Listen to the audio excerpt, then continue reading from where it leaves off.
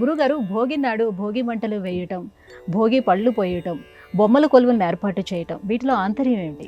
ప్రతి వీధి ప్రారంభంలో మన ఇంట్లో నిరుపయోగంగా ఉన్న కర్ర ముక్కలు అలాంటి వాటిని తీసుకువెళ్ళి భోగి మంటలు వేయడం మనం గమనిస్తూ ఉన్నాం. ఒక్క నెల ముందు గమనించినట్లయితే అరుణాచల క్షేత్రంలో అరుణాచల దీపం, కార్తీక దీపం వెలిగించడం గమనించాం. 42 రోజులకు పూర్వం ఆ దీపం వెలిగించగా మకర జ్యోతి పేరిట సంక్రమణ సందర్భాన్ని పురస్కరించుకొని శబరి క్షేత్రంలో కూడా దీపం వెలిగించడం మనం గమనిస్తూ ఉంటాం. మంటలే ఇవి కూడా. వెలిగిపోతున్నటువంటి ఆ సూర్యకాంతి మనం ఇలా చూద్దాం. ఉద్దీప్యస్వజాత వేదో పఘ్నన్నిరుడి తిమ్మమ. సూర్యోదయం కంటే పూర్వమే సూర్యకాంతి ఈ దేహానికి ఆరోగ్యాన్ని అందించాలి.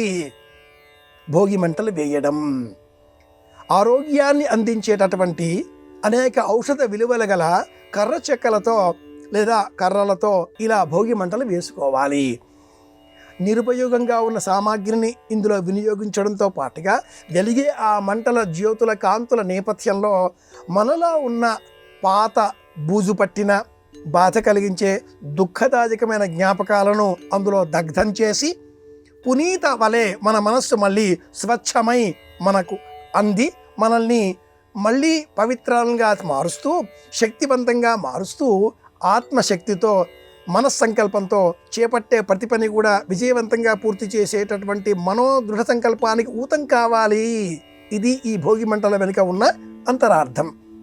అలాగే సాయంత్రం వేళ మనం చిన్నారి బాలబాలికలకు శిరస్సు పైన పోసేటటువంటి భోగి పండ్లు, జీడిపళ్ళు, రేగుపళ్ళు, ఇంకా అనేకములైనటువంటి ప్రాంతీయ సంబంధితమైనటువంటి దినుసులతో అన్నిటినీ కూడా కలగలిపి వారి శిరస్సు పైన దిగపోస్తూ సూర్యాస్తమయం కంటే ముందే చేయవలసిన ఆచారం ఇది.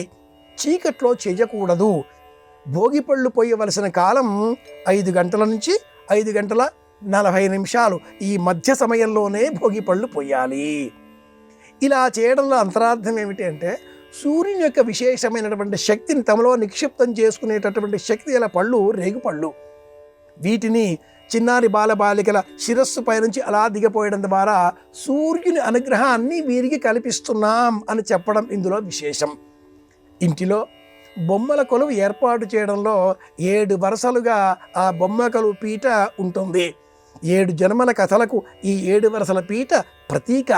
ఈ బొమ్మల కొలువులో ఏర్పాటు చేసేటటువంటి ప్రతి బొమ్మకు కూడా ఒక కథ ఉంటుంది. చిన్నారి బాలబాలికలకు ఈ కథ చెప్పడం పూర్వం బామ్మలు తాతయ్యలు చెప్పేటటువంటి 7 చేపల కథ అనే ఒక కథ మనం చాలాసార్లు వింటూ ఉంటాం. ఆ కథకు మూలం బొమ్మల కొలువే. అలాగే చిన్నారి బాలబాలికలలో ఎవరో ఒక బాలుడికి ఒక పిచ్చిక చిన్న పక్షి లభించింది, దొరికింది. దాన్ని పట్టుకుని అతడు ఇలా నేలకి రాచాడు. బ్రతికావా చచ్చావా అడిగాడు. శరీరం అంతా కూడా జిల పట్టి ఉంది. చక్కగా నాకు స్నానం చేయించావు అంటూ కృతజ్ఞతతో ఆ పక్షి పలకడంతో ఆ పిల్లవాడు ఆ పక్షిని విడిచిపెట్టాడు. ఇలాంటి కథలన్నీ కూడా ఏర్పాటు చేసేటటువంటి ఈ బొమ్మల కొలువుల నేపథ్యంలో మనం పిల్లలకు చెబుతూ ఈ నేపథ్యంలో ఈ బొమ్మలు ఈ నేపథ్యంలో ఈ బొమ్మలు ఎన్ని కథలు చెబుతున్నాయో. రామావతార వృత్తాంతం, కాళీయ మర్దన వృత్తాంతం, దేశనాయకులు, అనేక వృత్తాంతాలతో కూడుకున్న ఈ బొమ్మలను ఇలా ఏర్పాటు చేయడంలో ప్రకృతి అంతా కూడా ఒక బొమ్మలతో కూడుకున్న నాటకంలో ఉండే పాత్రల వంటిది. పరమేశ్వరుడు చేసేటటువంటి నాటకం ఇది. ఈ నాటక రంగం మీద మనమంతా కూడా పాత్రధారులమే. ఇంతటి వేదాంత ధర్మాన్ని చిన్నారి బాలికలు చెప్పడం నేపథ్యంలోనే బొమ్మల కొలువు ఉంటుంది. ఇచ్ఛాక్రియ జ్ఞానశక్తులు అనే 3ంటికి ప్రతీకాత్మకంగా మహాకాళి, మహాలక్ష్మి, మహాసరస్వతి అన్న పేరిట 7 వరుసలలో కాకుండా నేటి కాలంలో 3 వరుసలలో కూడా బొమ్మల కొలువును ఏర్పాటు చేస్తున్నారు. మన పండుగలలో పాటించే ప్రతి ఆచారం వెనుక ఇంత వైజ్ఞానిక నేపథ్యం ఉంటుంది. భోగి, సంక్రాంతి, కనుమ, ముక్కనుమ అన్న 4 రోజుల ఈ పండుగలో భోగి, సంక్రాంతి, కనుమ అనే ఆ 3 రోజులకు ప్రతీకాత్మకంగా 3 వరుసలలో కూడా బొమ్మల కొలువు ఏర్పాటు చేస్తున్నారు. ఇది విషయం.